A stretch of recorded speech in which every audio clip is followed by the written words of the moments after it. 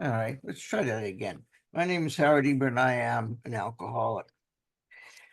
I want to start today on page 14.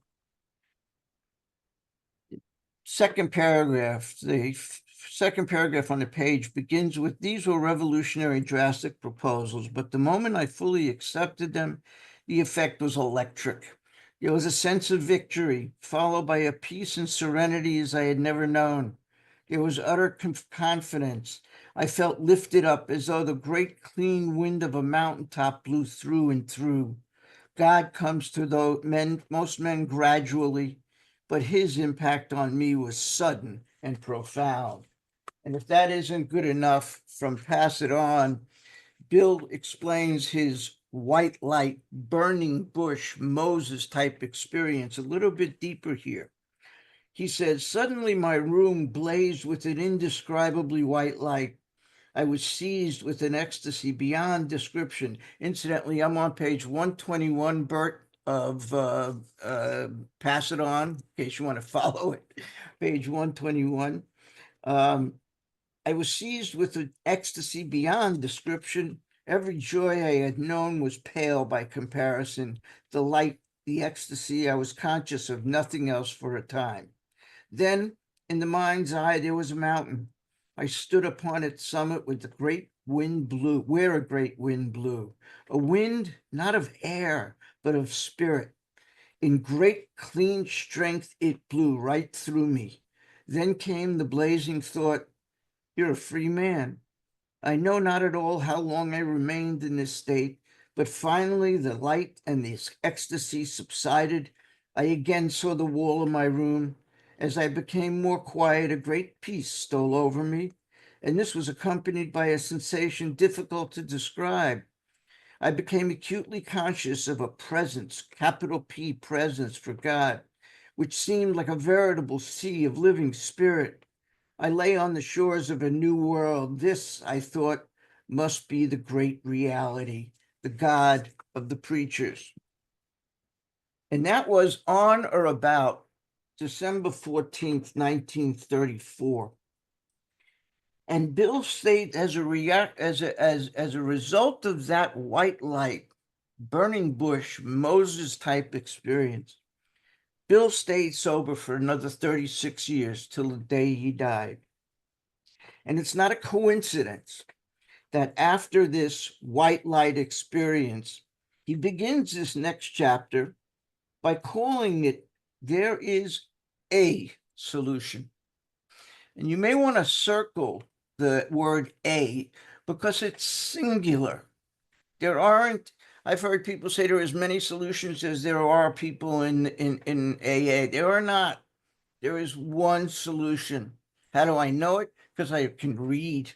The book says there is a solution. And incidentally, the title should probably be highlighted in pink because it's a promise as well. But it is, there is a solution. And if you need a little bit more reinforcement on that, on page 58, Bill says,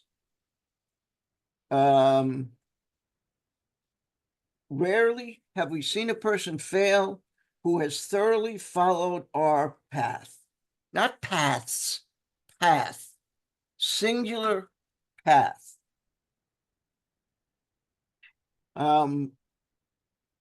And now we're going to start at this chapter talking about that path. Bill has had this experience and he's talking about this path. And now we're going to start on that path. In Bill's story, in the first 8 pages, we pretty much dealt with the problem. We looked into what I called Bill's descent into hell, his doom cycle, where things got worse and worse and worse. And on page 9, he began to have a change. From page 9 to 11, we experienced the visit with Eber. Pages 12 through 14 tells us about the actions that he took as a result of that meeting with Eber. And page 14 gives us his spiritual experience. He describes that white light experience. He's describing powerlessness, That's the point of that story. He explains powerlessness. And now we're on page 17. And let me ask you a question. We have 122 people here. Just by a show of hands, how many of you love AA? Right? Okay. I'm going to give you some words that probably explain why you love AA.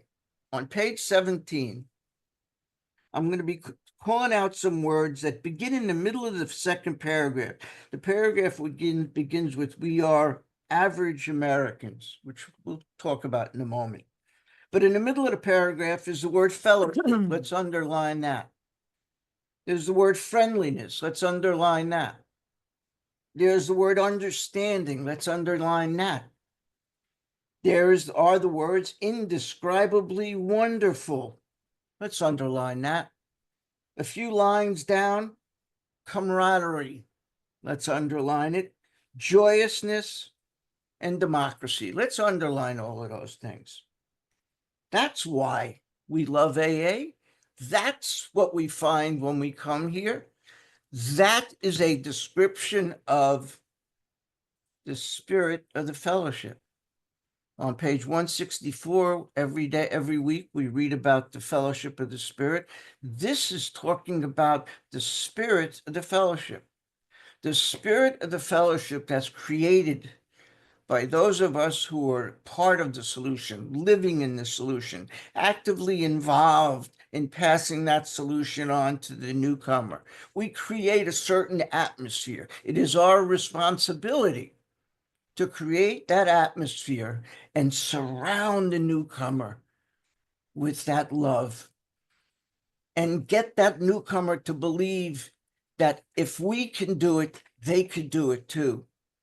And they pick up this set of tools that we've laid at their feet and they work these 12 steps and they have a spiritual experience. And then they go from the spirit of the fellowship to the fellowship of the Spirit. They have entered that fourth dimension, and now it's there. They become part of the responsibility of creating this spirit of the fellowship. And page 17 begins with telling us how wonderful the fellowship is. But there's a warning. Beware. So let's start the page. We, and incidentally, as I said before, the title is, in my book, it's highlighted in pink because it's a promise. There is a solution. Not many, one. We of Alcoholics Anonymous, and once again, we is not you and me and him and that one and this one. Bill is talking about the first 100. We are 100 men and women who have recovered from a hopeless state of mind and body. So when Bill is using that word "we" here, he's talking about our forefathers. We of Alcoholics Anonymous know thousands of men and women, and you may want to, above thousands, change the word or write the word millions, because we are millions now of men and women who were once just as hopeless as Bill. And let's underline just as hopeless as Bill. Nearly all have recovered. Let's highlight that in just highlight that in any way you'd like. But also the word recovered, circled in orange. One of the, I'm sure someone will put it in the chat, the color codes that we use for highlighting. And we use pink for prayers and promises, the title. We use green for musts, and we use orange for recovered references. So here's one of those. We have recovered. Nearly all have recovered. But I want to show you something. I happen to have a first edition that was gifted to me by one of the members of this group, and I'm so grateful for that.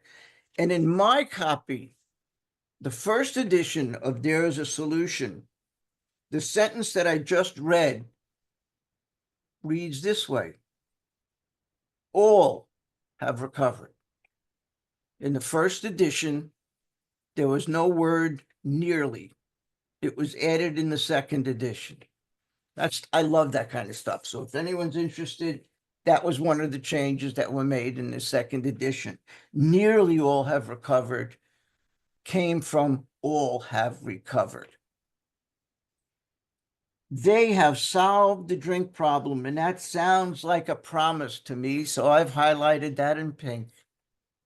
They have solved the drink problem.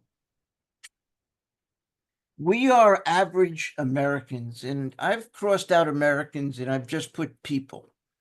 I just look around this room and you'll see why. This is not limited. This is limited to our planet so far. So we are average people, all sections of this world, not country, world, and many of its occupations are represented, as well as many political, economic, social, and religious backgrounds. Please highlight we are people who normally would not mix. Now, I take that two ways. Bill is telling us that we come from all these different backgrounds, different political, economic, social, religious backgrounds, and it's kind of a weird mixture. So we ordinarily would not be finding ourselves together in the same room, in the same club, in the same group. But I look at it a little bit differently. I'm a person who by nature does not mix. I'm much better with twos and fews than I am with a large group of people. Now, I don't have any difficulty standing up in front of a room of 200 or 300 people and sharing. But if you put me in that room and expect me to talk to people, whole different story. I don't know what to do. Thank God I have Kathy with me who knows what to do, and she takes care of those things for me. But I am normally a person who doesn't mix by nature. And I spent a lot of time in my life trying to change that, trying to be something that I'm not, trying to act like the people that I wanted to act like, talk like them, joke like them. I cannot. I know my limitations. So I'm a person who ordinarily would not mix, but I have no problem mixing with you people. So we're people who ordinarily would not mix. And I've highlighted the next sentence as well. There exists among us a fellowship, a friendliness, and an understanding which is indescribably wonderful. Everyone agree with that? Right? Does that not describe what this fellowship is like? Well, we are like the passengers of a great liner the moment after rescue from shipwreck when, and let's highlight camaraderie, joyousness, and democracy, pervade the vessel from steerage to captain's table. For those of you who may not be familiar, if you've seen the movie Titanic, you know what we're talking about. Andy, if you'll give me 17.2, I've kind of made something a little bit more out of it to give you an idea of what we're talking about. People when this book was written didn't travel by airliner from country to country. It was too expensive. So people traveled by ocean liner, like the Titanic. Do you not have 17.2?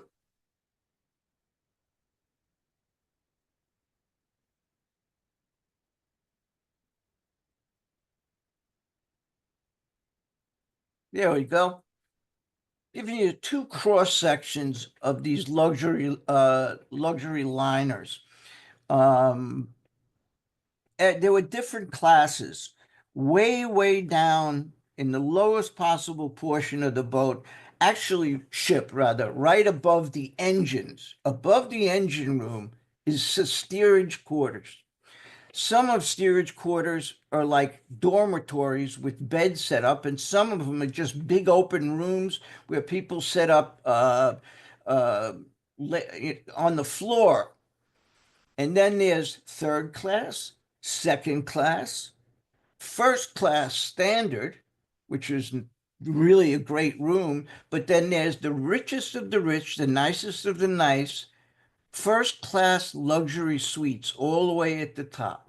And the people in those luxury suites tend to be the people who sit at the captain's table by special invitation. And those are people who tend to be the right color, the right religion, the right source of money, old money. And what we're referring to here is when an ocean liner like the Titanic goes down, people were jumping into life rafts and nobody was asking, what section are you from?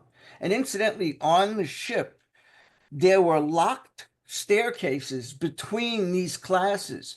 So you couldn't just walk up from steerage to get to first class luxury suites. There were locked staircases. And if you saw the movie Titanic, you saw that. There were locked staircases to prevent you from doing that. But when the ship went down, nobody asked questions. It was just get in the boat, trying to save one another's lives. When they were rescued by the Carpathia, the very first thing that was done on the deck of the Carpathia, because they had a log, they know who was on the Titanic.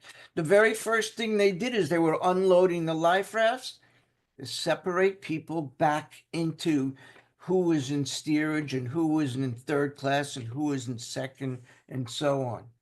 And what Bill is saying here is that we have shared, Andy, you could take that down. Thank you. I just had some fun making that, so I figured I'd share it with you. I love that. So what Bill is saying here is that when we have shared in a common peril, what is our common peril? Active alcoholism. We know what that is like. We have shared in that common peril. That brings us together in fellowship.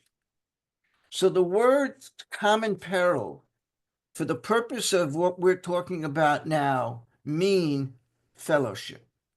Because that's how we come together in fellowship, is because of the common peril. Not because of religion or economic standing. We come together because we have shared a common peril and we are seeking a common solution. So bear that in mind as I continue to read here. He says, unlike the feeling of the ship's passengers, however, our joy in escape from disaster does not subside as we go our individual ways. Please highlight the rest of this paragraph. And I think every beginner, anyone who walks into a room for the first time after being introduced and welcomed, should be directed to what I'm about to read. It's that important. The feeling of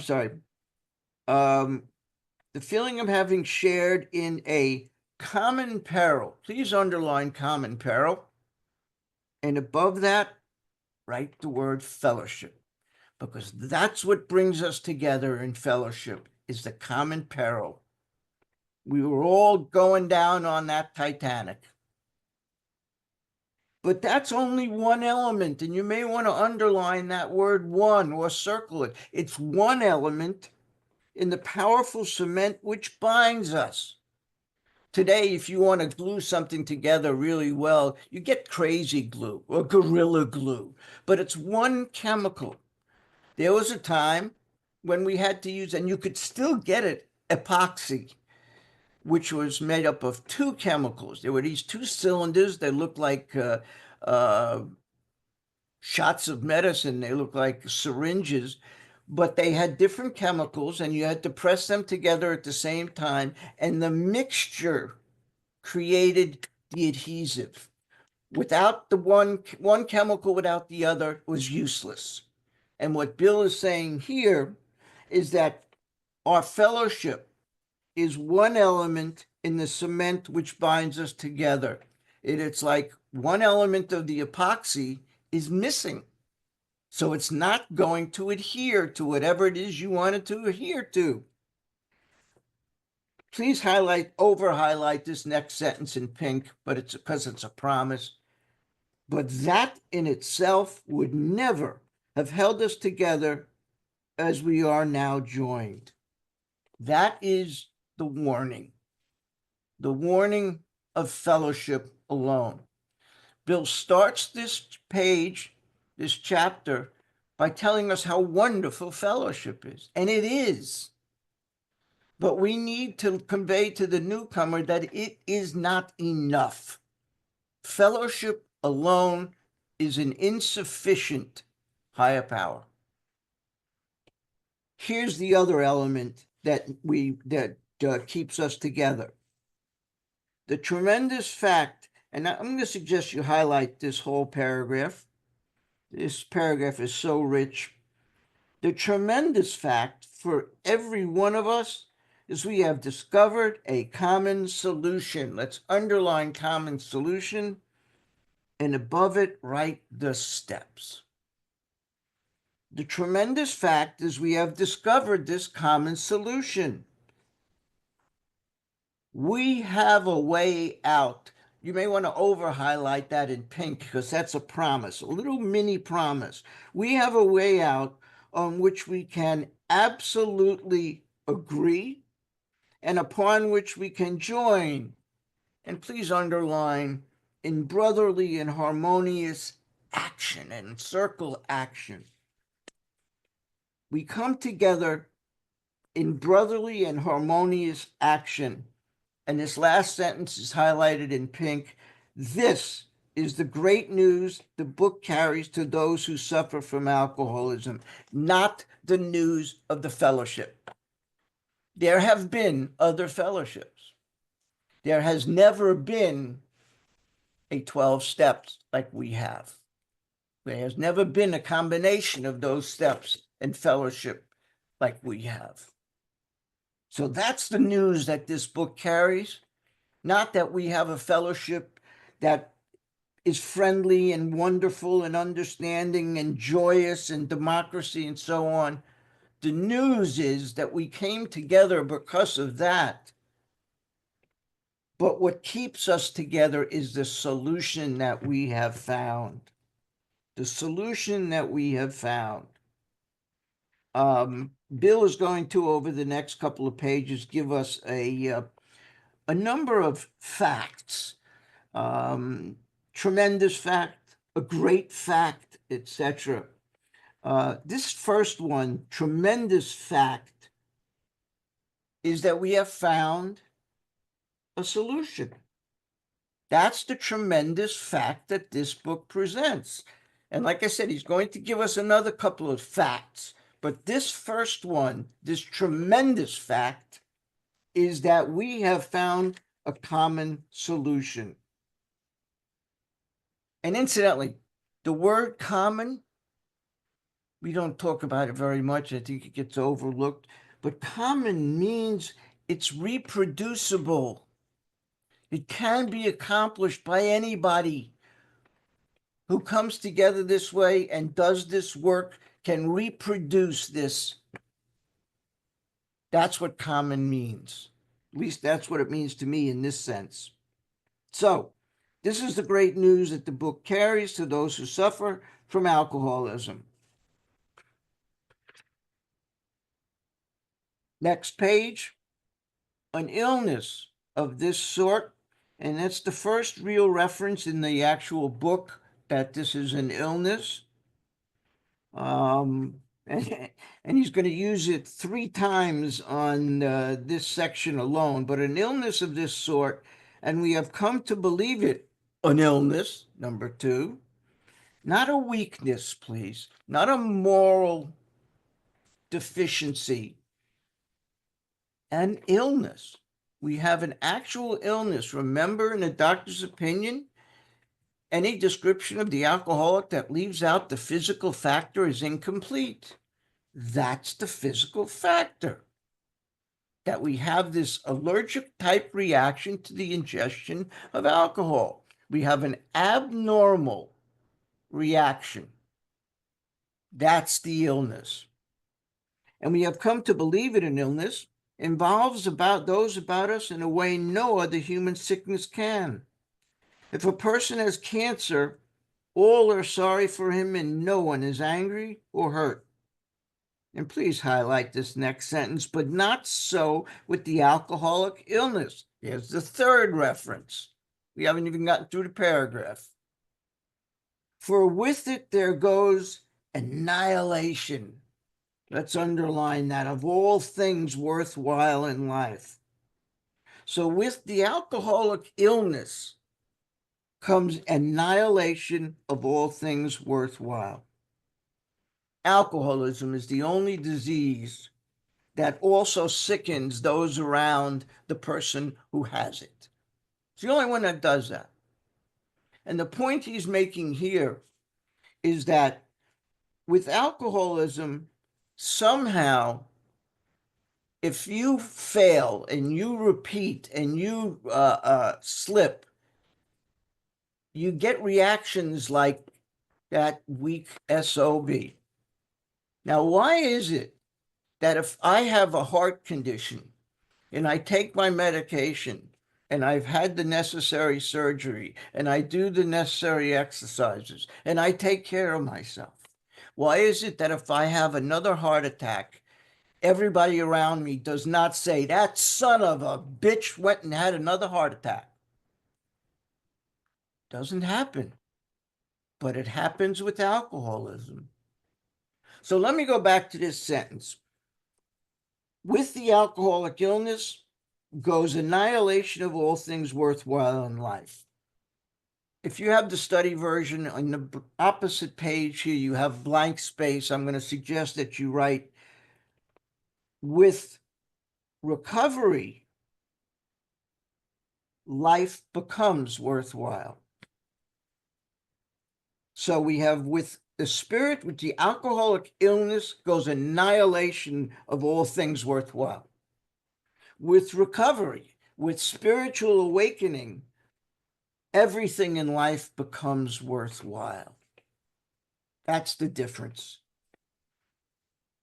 Continuing, it engulfs all those who suffer, whose lives touch the sufferers. To engulf something is to immerse in it, to swallow it up. And there's why I said that alcoholism is the only disease that also sickens all those around the person who actually has the disease, because it engulfs all those who touch the sufferers. He didn't say it affects.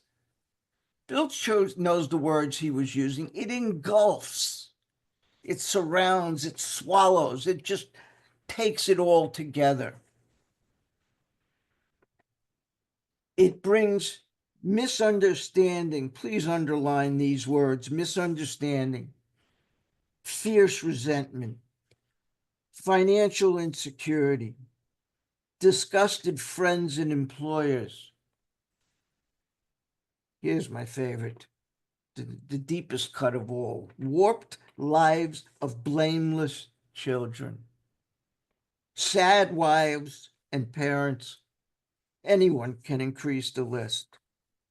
Let me go over those words again that we underlined: misunderstanding, fierce resentment, financial insecurity, disgusted friends and employers, warped lives of blameless children.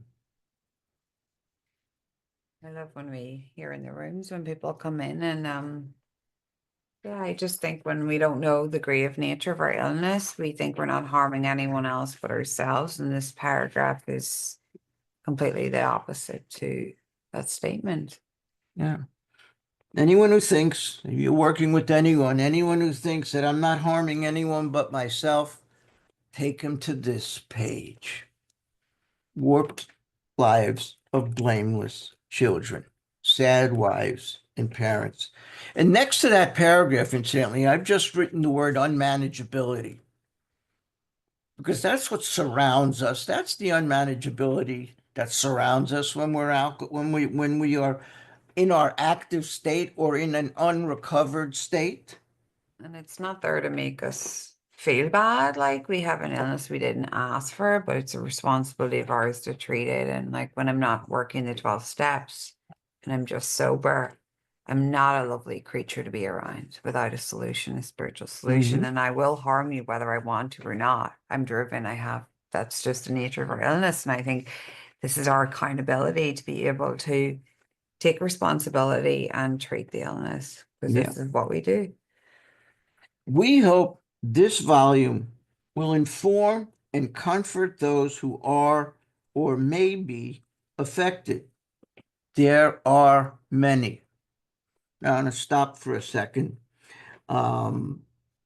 and kind of just ask you to ask yourself a question. When normal people, non-alcoholics, let's put it that way, have problems, where do they go? What is society's normal support mechanisms? Just think about that for a minute as we read this next paragraph or so. Think about what are society's normal support systems. Highly competent psychiatrists, please underline psychiatrists, who have dealt with us found it sometimes impossible to persuade an alcoholic to discuss his situation without reserve. Absolutely. I found it impossible to discuss my powerlessness over alcohol and drugs with those who don't understand. My favorite expression until I walked in here was, yeah, but you don't understand. And don't think I didn't try it on you folks. It didn't last very long, but I tried it. But I could easily get away with it with psychiatrists, with anybody who's trying to tell me what to do. So, non-alcoholics support systems include psychiatrists. Would you agree? Okay, so there's one. Continuing discuss without reserve. Strangely enough, and let's underline wives, let's underline parents, let's underline intimate friends, and next to it write other normal support systems. When a normal person has a problem, what do you do?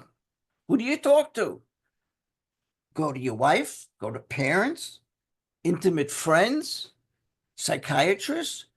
This is what normal people do.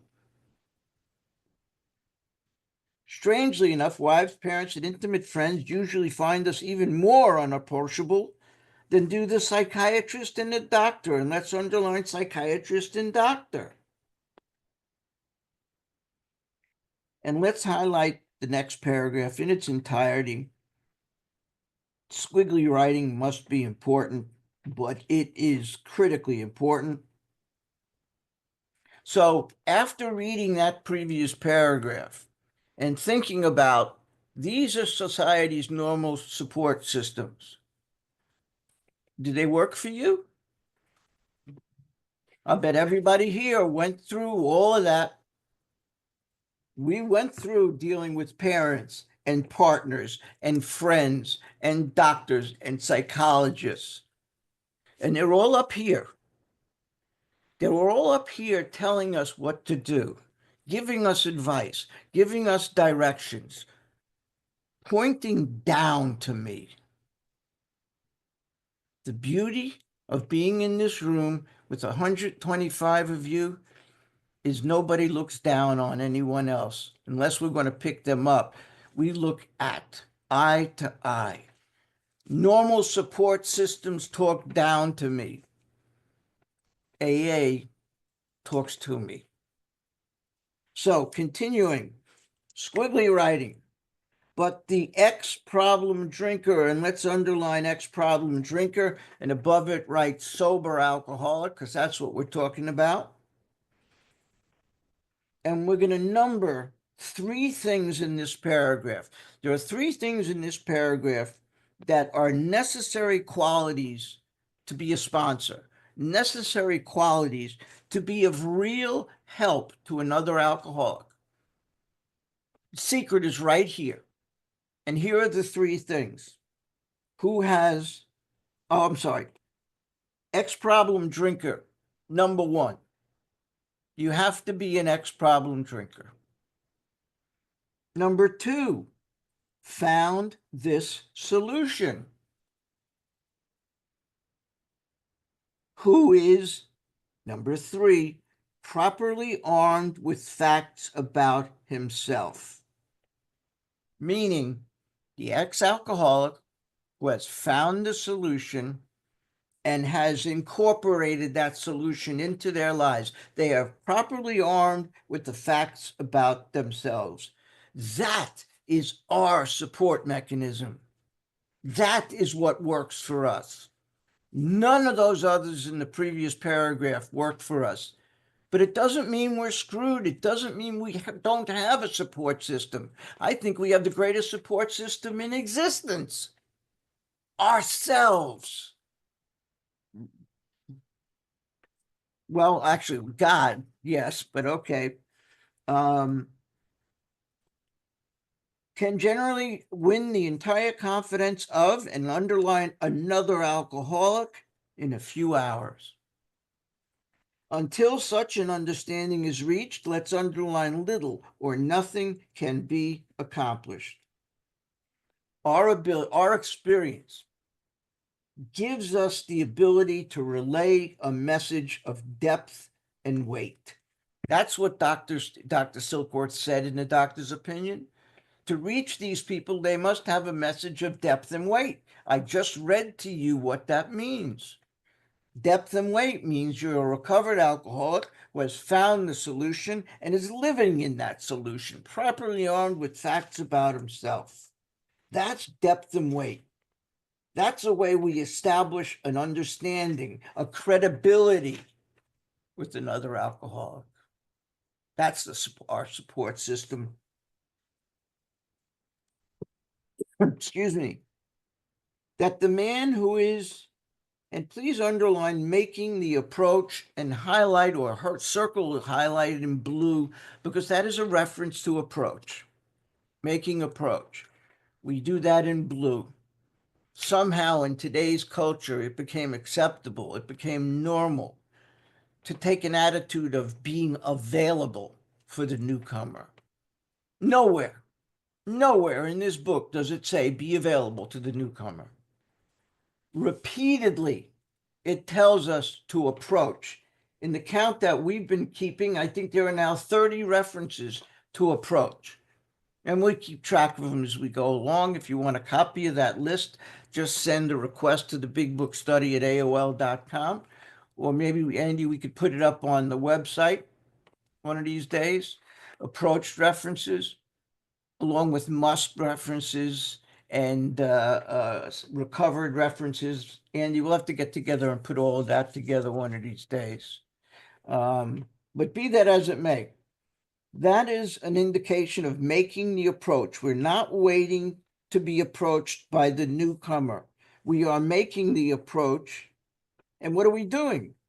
We have highlighted this, please, had the same problem. Number one, we've had the same problem. That he obviously knows what he's talking about. Let's underline obviously knows what he's talking about. And I've put the number 2 over that. We have the same difficulty, but that's not enough. We obviously know what we're talking about. We are properly armed with facts about ourselves. How do you know that? Because it says his whole deportment. Deportment means behavior. Our behavior shouts at the new prospect.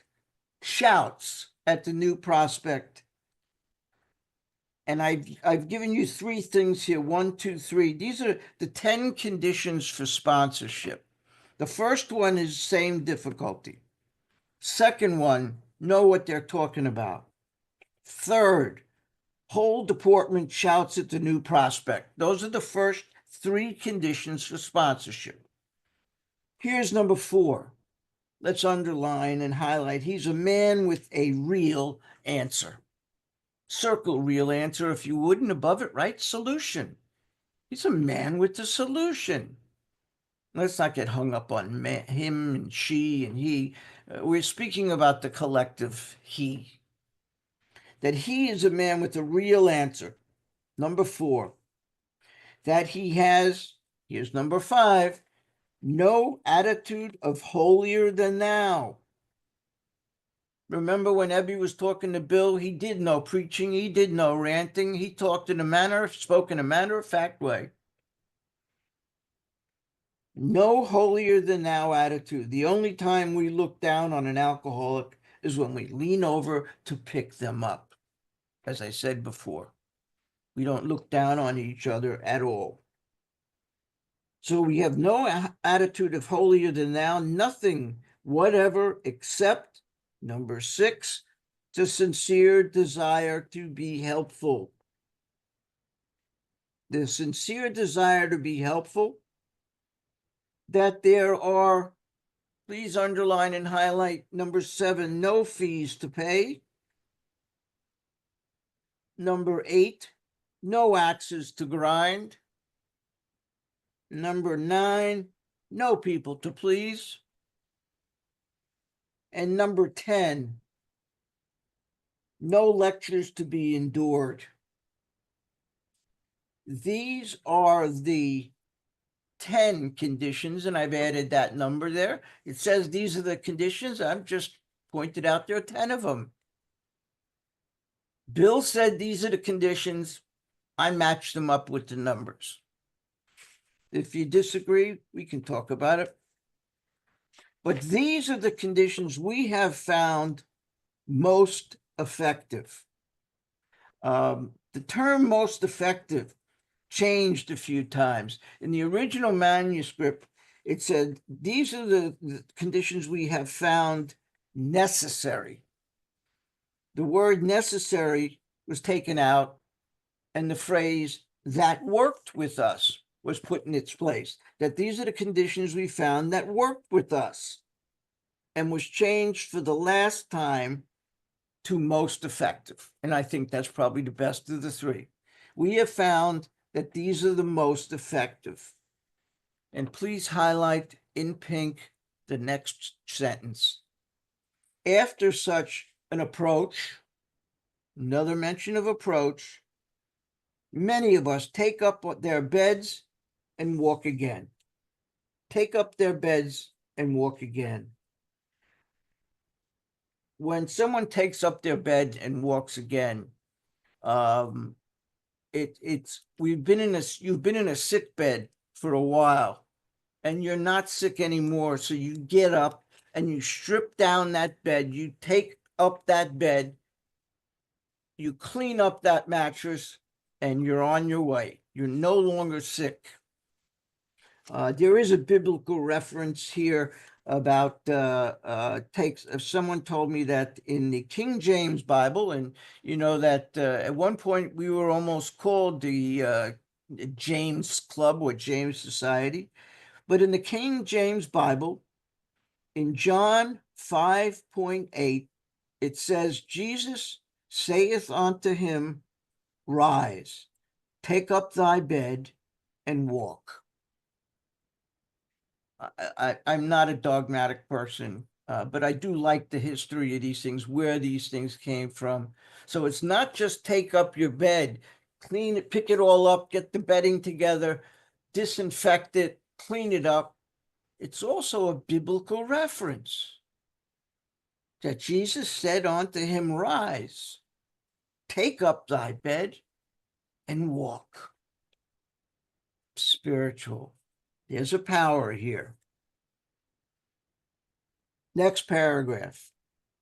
And I've underlined this first phrase, none of us makes a sole vocation of this work. A vocation is an occupation. We don't make an occupation of this work, nor do we think its effectiveness would be increased if we did. And please highlight the rest of this paragraph. We feel the elimination of our drinking is but a beginning. You may want to underline that. Elimination of our drinking is but a beginning. A much more important, please underline, demonstration of our principles lies before us in our respective homes, occupations, and affairs. In other words, in our lives, a much more important demonstration is the way we are living our lives. Our whole deportment shouts. Here's a man who has an answer. That's what we're talking about, the same thing over and over again. And you may want to underline these next three words, all of us, which is applying to the we that we talked about at the beginning of this chapter. All of us, that first 100, or the first 80, or 70, or however many there were. The point is, he's saying all of us have done something. He didn't say, well, I did it, and my friend Louie did it, and Bobby did it, and Joey did it. He didn't say any of that stuff. He said, all of us, all of those 100 who have recovered, have spent much of our spare time in such an effort, which we're going to describe. A few are fortunate enough to be so situated that they can give nearly all their time to the work. I've been blessed in that I was able to retire a few years ago, and the time that I have is very largely spent in service. And it's not spent in service because I'm afraid if I don't do it, I'm going to drink or get high. It's because I enjoy doing that. Working with people, taking that hurt unit and seeing the light come on, and then watching them do the same thing with others. When I was in Belfast a few weeks ago at this conference, I sat at a table where there were 6 generations that all started with one person there. I got him through the book on Zoom. His sponsee was there, whose sponsee was there, whose sponsee was there, whose sponsee was there. I had chills. I still feel that power. That's what we're talking about. That I considered at that table and said, wow, that's what this is about. Money can't buy that. Money can't accomplish that. It's one alcoholic working with another intensely, eye to eye, nose to nose. That's what every one of those 6 did. I worked with John, who worked with his sponsee the same way, nose to nose.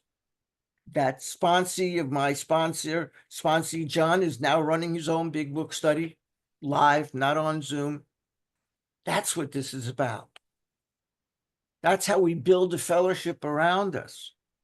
I take you through the book, and you take him through the book, or her, and she takes him through the book, and we build this fellowship about us. We don't build a fellowship about us by going to the same meetings, sitting next to the same knucklehead who has all of the Gucci expressions and has all of the funny shit to say. And when he's not speaking aloud at the meeting, all he's doing is whispering in your ear all of the gossip and nonsense that has no place in the meeting. That's not what we're talking about. And then going out to the diner with that knucklehead. That's not building up a fellowship about you. This is how we build a fellowship about us. All right, let me get off the soapbox. Continuing, if we keep on the way we were going, there's little doubt that much good would result. But the surface of the problem would hardly be scratched. If we keep on the way that we're going, meaning helping people as we're doing it on the scale that we're doing it, there's little doubt that much good will result, but the surface of the problem could hardly be scratched. It has to be repeated over and over and over again. Those of us who live in large cities are overcome by the reflection that close by, hundreds, and above hundreds, I wrote millions. and please underline the rest of the sentence, are dropping into oblivion every day. And if you've got the study version, you may want to write opposite that, right? There are people dropping into oblivion at meetings every day. They sit at the back of the meeting, they come in late, they don't raise their hand, they leave early, or maybe they do raise their hand. They have the courage to do that. And what do? Nothing. Nothing. We let that person leave. What we should do is the radar should go on immediately, and we should be all over that person, all over that guy. We owe it to every newcomer to show them the formula that we just went through on page 17, which occurs to me we forgot to put up. So Andy, let's backtrack a little bit, if you will. And if you can put up 17.3, you may want to write this if you have the study version on page 17, opposite what we were talking about. This is the formula. Common peril, which represents fellowship, over the common solution, which is the spiritual experience through the program of action. Those are the two elements of the cement which bind us together. One without the other is a half measure. That newcomer will hear at the beginning of the meeting them reading how it works, which contains the sentence, half measures avail us nothing, but has no idea what they're talking about. And nobody bothers to explain it to him. Please take the time, explain this to him. That just coming in here is big, but it's not enough. It's not enough. Just walking into a room and taking up space is not enough. I have what I call a chicken coop theory about that if I want to be a chicken, I got to do more than take a chair and put it in a chicken coop and call myself a chicken. Won't work. I got to grow feathers. I got to cluck. I got to learn how to lay eggs. If I want to call myself a chicken, I have to do what chickens do. So you have more to do than just occupy a chair in a room for an hour a day. There's actual work involved in a 12-step program. That's the formula, the fellowship and the steps. Okay, Andy, we can take that down. And I'm sorry we skipped right over that. We're back on page 19 in case anyone might have gotten lost in this.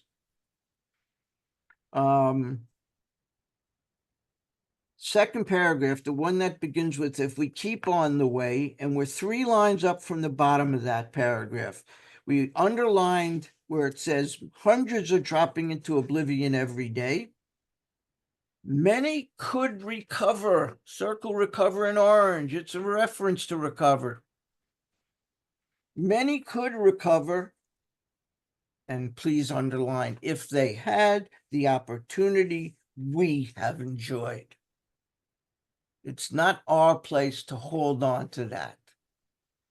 How then shall we present and underline that which has been so freely given us? That's our mission. Let's highlight the whole next paragraph.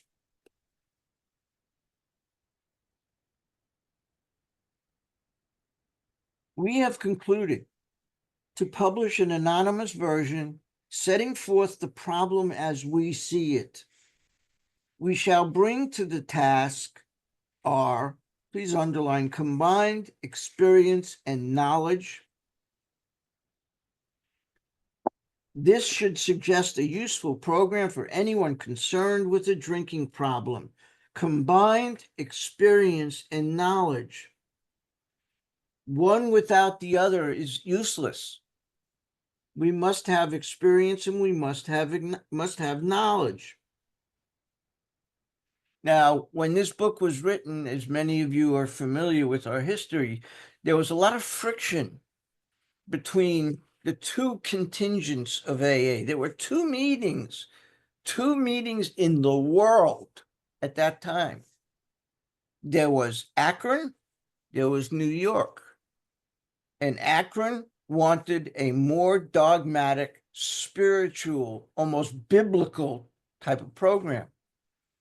There were parts of the New York contingent that wanted the word God removed entirely, wanted a strictly philosophical, psychological book. That's the wire that Bill was walking when he wrote this book.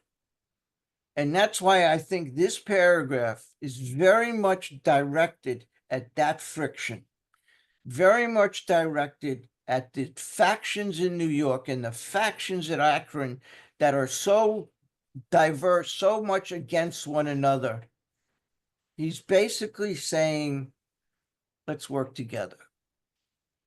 Think about that. I He love said, this as well hmm? because this reminds me of working with others. Like Mm, what I'm trying to say is like knowledge without love is brutality. Just giving someone knowledge mhm, without having love and compassion is brutality when we're working with others. yep. And the last sentence, this should suggest a useful program for anyone concerned with a drinking problem. Does that sound familiar? If we go back to the forward to the first edition, the last sentence, Bill says, we are sure our way of living has its advantages for all. He has a tendency to repeat these things over and over. But I take that paragraph very much as a plea for unity between New York and Akron. And maybe it's just me, but I like to look at it that way. Of necessity, and necessity should be highlighted in green because it's a $50 version of must. If something is a necessity, it is a must. Of necessity, there will have to be discussion of matters medical, psychiatric, social, and religious. We're aware that these matters are from their very nature controversial. Nothing would please us so much as to write a book which would contain no basis for contention or argument. Contention is just disagreement. And please highlight the rest of the paragraph all the way through to the end of it on the next page. So it's about 6 lines we're going to highlight. Most of us sense, now let me go through this and then I'll go back to it. Most of us sense that real tolerance of other people's shortcomings and viewpoints and a respect for their opinions or attitudes which make us more useful to others. Let me go back through that. Most of us sense that, number one, real tolerance of other people's shortcomings, real tolerance, not patronizing tolerance. You may tolerate, I don't know, a sister-in-law that you don't care for, but you have to live with them in your family, so you tolerate them. Real tolerance is acceptance. That's all. Real tolerance is acceptance. And he's saying that acceptance of other people's shortcomings and viewpoints are, and here's number 2, respect. They are attitudes which make us useful to others. Mhm. And isn't that our mission, is to be useful to others? Mhm. So very early on, we're being told to keep an open mind. That's how we are useful to others. This is also a good reference for practicing these principles in all your affairs. Like just saying generally, like you can Mhm. start being useful to others. Just don't argue with people. Just listen. It's so much Yeah. easier. Yeah. Don't argue and fault find. And we'll get to that in time too. Let's highlight the rest of this paragraph. Oh, I already said that. I'm sorry. Our very lives as ex-problem drinkers depends upon our constant thought of others and how we may meet their needs. Depends is a must. So it should be highlighted, circled in green. How often is constant? Yeah. How often is Always. constant? Always. That's right. How often is constant? Always. Always thinking of others and what?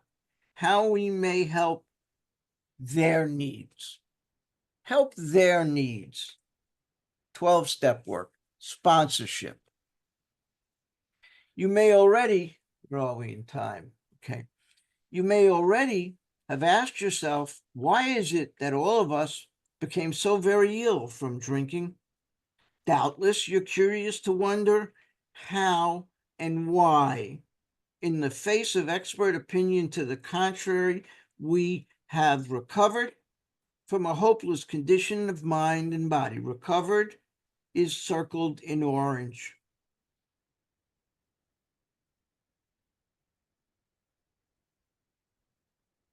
I was just thinking what we were talking about here, that whenever someone in recovery speaks with someone who isn't in recovery, is a case of the misunderstood talking to the misinformed. So you have to have a grasp of depth and weight of the problem and the solution.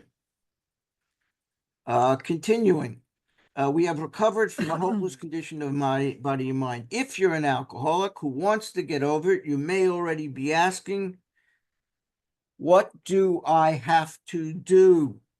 Not what do I have to say? What do I have to feel? What do I have to discuss? What do I have to think? What do I have to do? And incidentally, have to is a must. If you have to do something, you must do it. It's in green. There was a workshop I went to a few years ago where the paragraph I just read and what I'm about to read, they read at the beginning of every one of their workshops. The next paragraph, and please highlight this first sentence, it is the purpose of this book to answer such questions specifically, precisely. I don't know how people can get to saying there's many ways to work this program as there are people in it, when the book tells us there are specific, precise, exact ways to do this. I don't understand. And he's telling us again to answer such questions specifically, precisely. We shall tell you what we have done. In other words, show you. It doesn't say we will tell you what you must do. We shall tell you what we have done. In other words, show you. We're going to show you.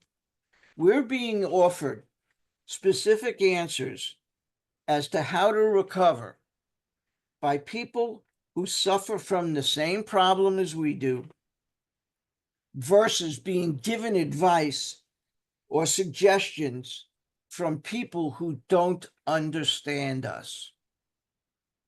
We're being given precious information, specific answers to these questions by people who have the same problem and have recovered. Before going into a detailed discussion, it may be well to summarize some points as we see them. And that's where I'm going to stop. What comes up is a little too important to try and squeeze in at this late moment. But once again, what I just read says the purpose of this book to answer such questions specifically. Earlier, he said precisely. He also said clear-cut directions. In other words, versus word of mouth. Word of mouth. And if you think, just think for a moment what word of mouth is. Word of mouth has made it almost impossible to use the word recovered at a meeting without getting a reaction. That's word of mouth. Because if anybody, and I'm not even going to say read this book, open this book to the title page. Recovered is in our title. It's not just in the subtitle. The subtitle is part of the title. The story of how 100 men and women have recovered.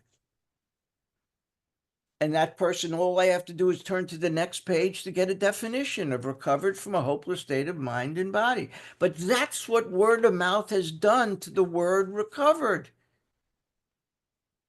It's a magnet for nonsense. And it's an important word. So important that it's in our title. All right.